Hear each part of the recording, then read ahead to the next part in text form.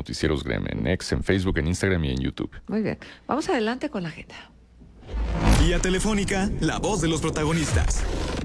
Ricardo Martínez Rojas, socio director del despacho laboral de La Vega y Martínez Rojas Asociados, está con nosotros vía telefónica, lo que agradecemos muchísimo porque el tema es un tema importante. La reforma para reducir la jornada laboral genera incertidumbre y podría frenar la inversión, según advierte el sector productivo. Muchas gracias por estar con nosotros. Ricardo, le saludamos y le agradecemos su presencia.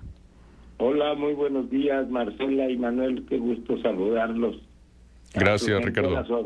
Gracias, Ricardo. Buenos días. Bueno, acá en este espacio hemos estado platicando en diferentes ocasiones sobre esto de la reducción de la jornada laboral. ¿Cuál es la visión que se tiene desde el despacho laboral de La Vega y Martínez Rojas Asociados?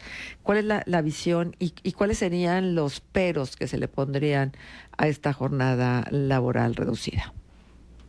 Miren, déjenme comentarles que ha sido una reforma muy coyuntural, muy difícil porque, imagínate, reducir la jornada de entrada implica menos horas de trabajo y lo que cualquiera puede percibir es improductividad.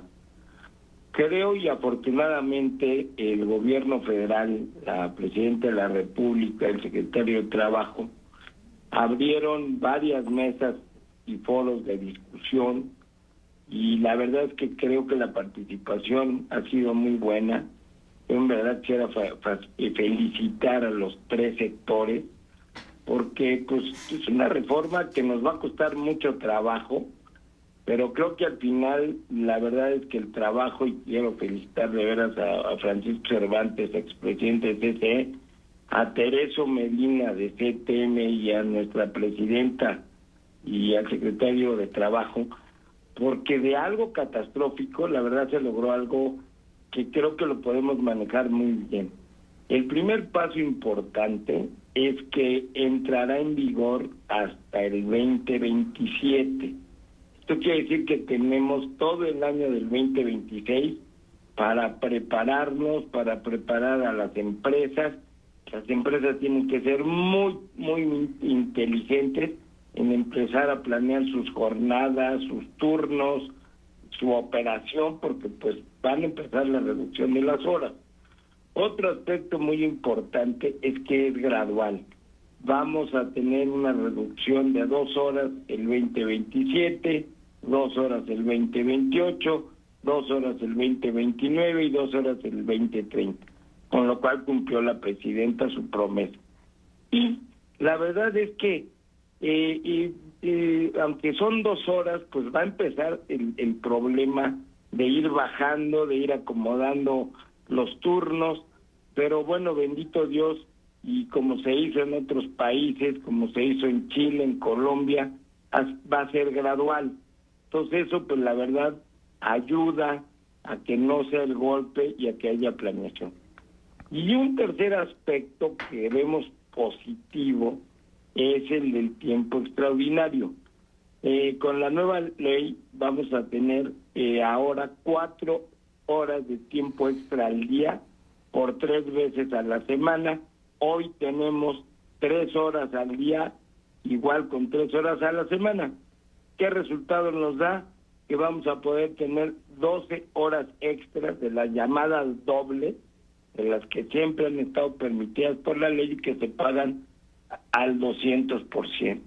Lo vemos muy positivo porque con esta pequeña ampliación al tiempo extra, pues se va a poder planear mejor el trabajo. Ahí tenemos, ya saben ustedes, industrias que no paran, que completamente están todo el tiempo trabajando, entonces requieren la vigilancia, muchas empresas de factoría que no pueden parar.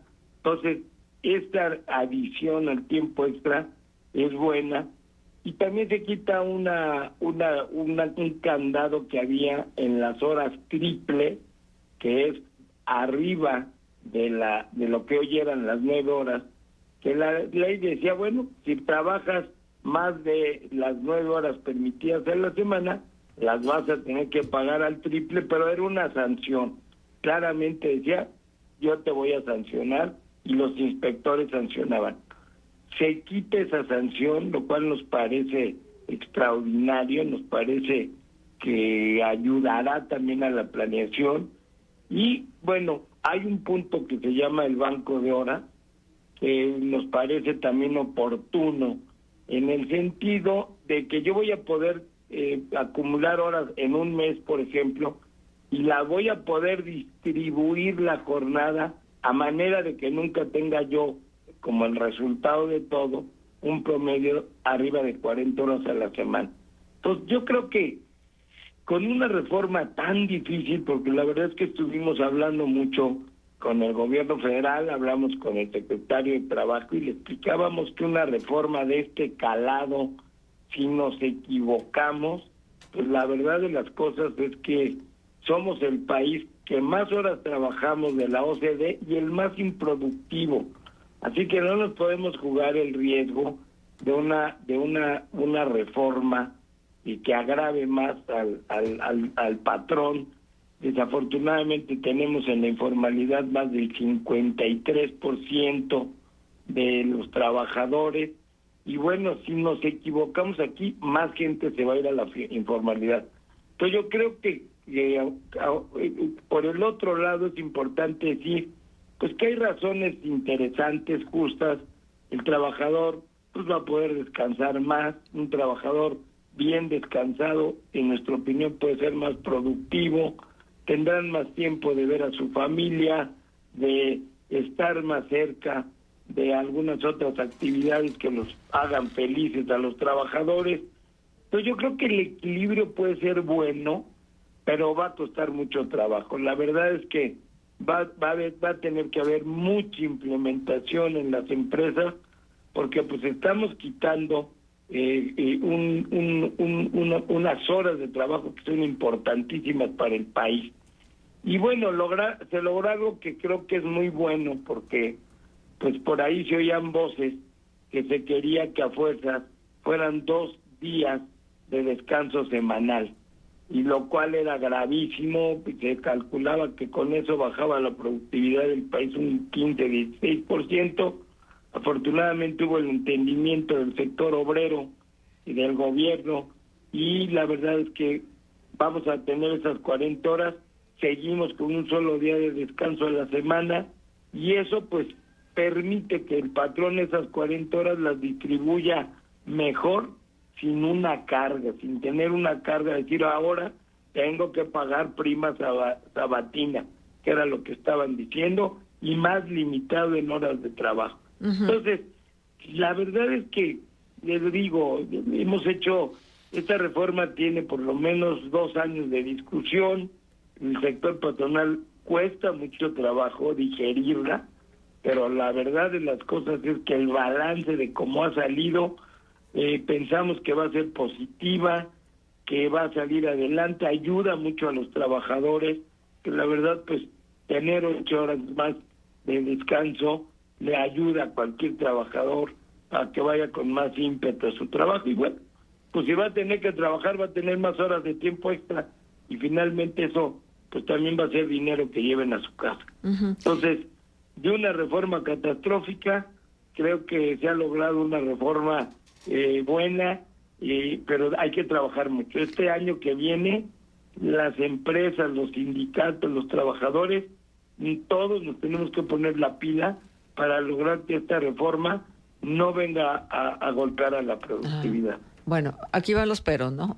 A ver, ¿qué pasa cuando las pequeñas y medianas empresas, que las pymes constituyen realmente la parte más fuerte del empresariado en México, no puedan absorber el costo de contratar más personal para cubrir las horas faltantes? ¿Qué va a pasar con eso?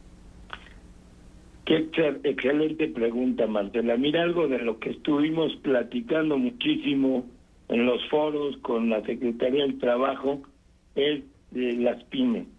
Desafortunadamente, el gobierno nos lo decía, yo no puedo poner una ley que no sea general.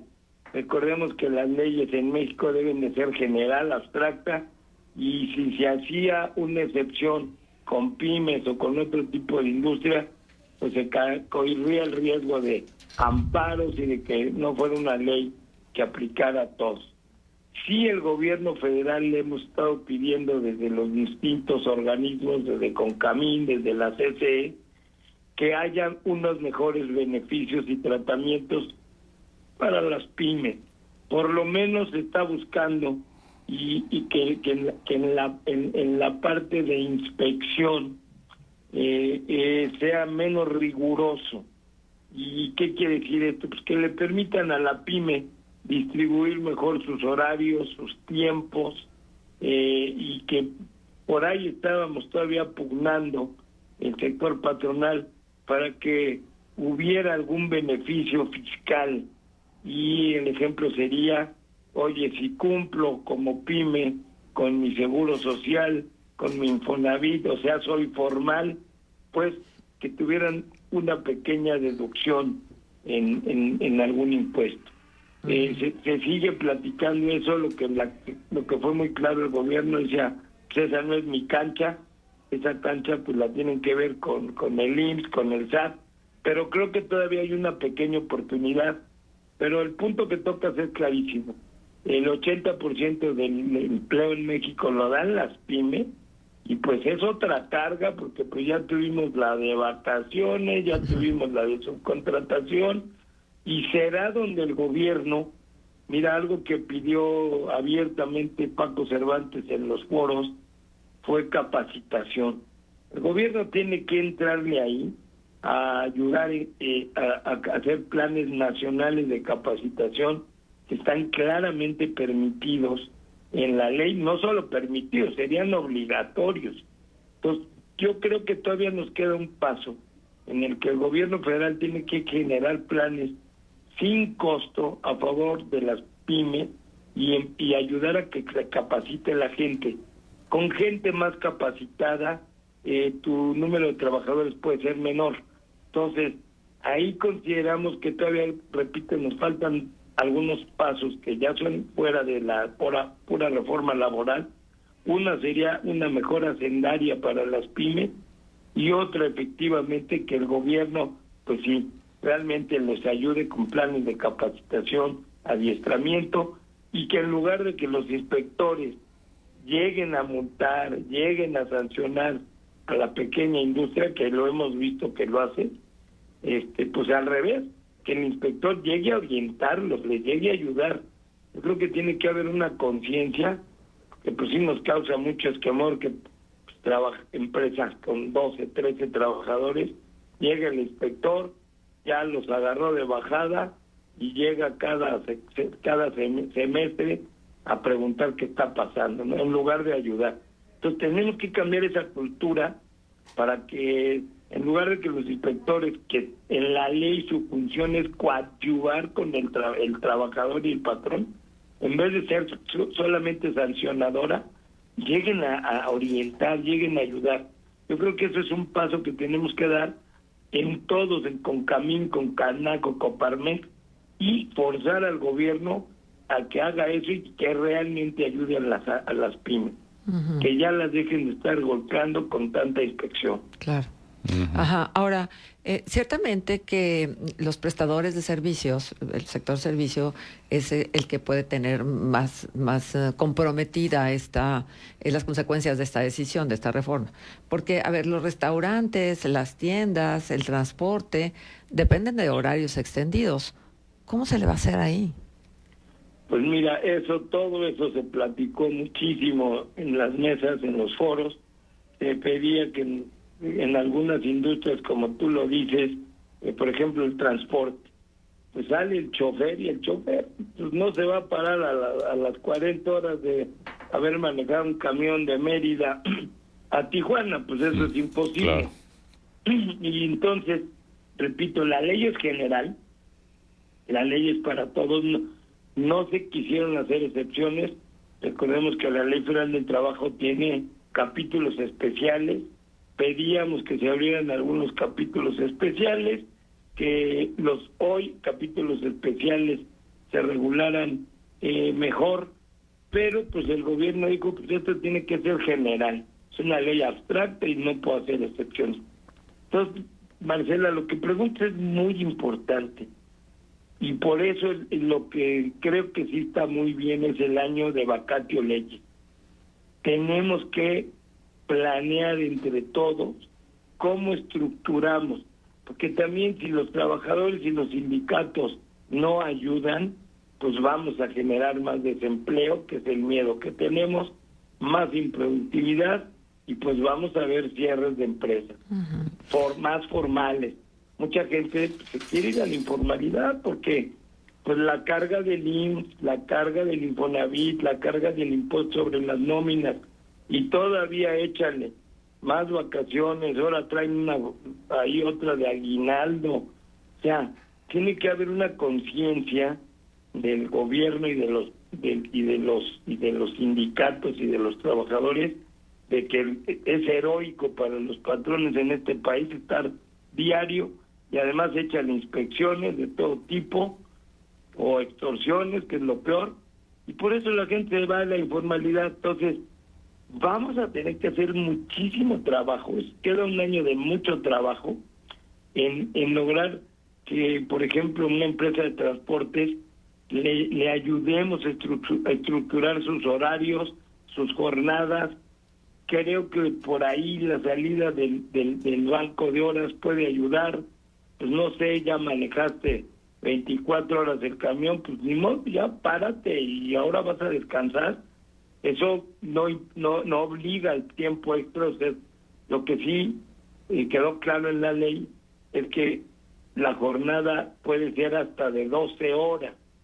Podemos tener una jornada de 12 horas que pueden ser 12 ordinarias, pero distribuyo bien el tiempo, o bien pueden ser 8 de tiempo ordinario y 4 de tiempo extra. Pero independientemente de eso, la ley claramente, expresamente dice que podemos planear jornadas de 12 horas.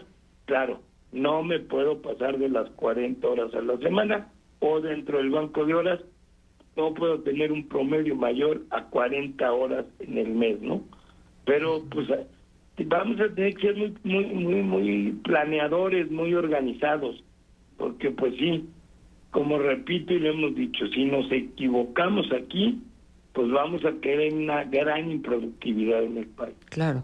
Hay otra cosa, Ricardo, se ha venido diciendo que el trabajador va a tener oportunidad para estar cerca de la familia y para la recreación y esto quitar el estrés, y entonces esto le convertiría en una persona más productiva. Bueno, esa es la fórmula que siguen. Pero la verdad de las cosas es que hay muchos trabajadores que cuando conocen de esta reforma lo que dicen que bueno, porque voy a poder conseguir una segunda chamba. Sí, aunque sea eventualmente. Es que no tendríamos que empezar por este otro aspecto de que realmente los niveles inflacionarios que estamos manejando no nos llegaran al tope, y que entonces, por más de que haya también aumentos en los salarios mínimos, que ya sabemos que pocos pagan los salarios mínimos realmente, que hay una distribución de la riqueza más pareja para que no haya necesidad de todas estas reformas que luego no necesariamente dan los resultados esperados. Mira, tienes muchísima razón. O sea, el salario mínimo, pues mira, se ha subido muchísimo. O sea, en bien de los trabajadores, creo que todo el mundo diría, no, se va a acabar el país si se suben los salarios mínimos. La verdad es que no se ha acabado. Y ahora muchos contratos colectivos, ya el salario más bajo pues lo alcanza el salario mínimo. Ahorita te puedo apostar que muchísimas empresas ya tuvieron que hacer ajuste a sus salarios tabulares al más bajo, o incluso a unos niveles más altos, porque ya los alcanza el salario. Ricardo, qué pena, nos está llegando el tiempo y ya no vamos a poder escuchar por completo la respuesta, pero en una siguiente ocasión podemos abundar al respecto. Muchísimas gracias por estar con nosotros. Oigan, y quedo a sus órdenes, y una feliz Navidad, Año Nuevo a ustedes y a todo su público. Gracias. Muchas gracias, Igualmente. Ricardo. Igualmente.